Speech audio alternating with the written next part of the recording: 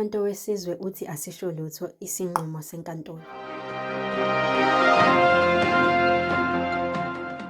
Iqembu loMkhonto weSizwe lithi isinqumo seNkantolo Yomthethosisekelo ngomsombuluko sokuthi umholi walo owayenguMengameli uJacob Zuma akafaneleki ukuya ePhalamende asishintshi lutho.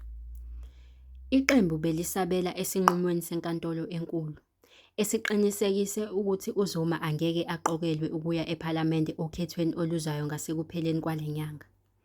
Isikhulumi seqembu le-MK, uNhlamulo Ndlela, uthi lokhu akushintshi lutho.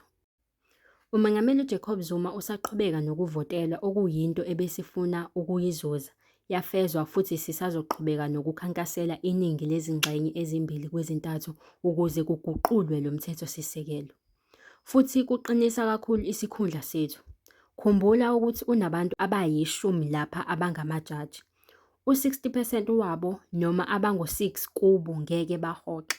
Ngokwemvelo, isinqumo esikhishwe manje sizobe siphikisana nesigwebo sokuqala sezinyanga eziyi-15 esanikezwa uMengameli uZuma kwasekuqaleni. Ngakho-ke bayaphikisana. Ukhetho lwango-2024, i-MK Party igxeka abezomthetho ngemuva kwesinqumo se-ConCourt mayelana nokufaneleka kukaZuma. Ezangalesi sikhathi ubusifundelwa uSinothile wakwaMaphumulo kwiNkanyezi News.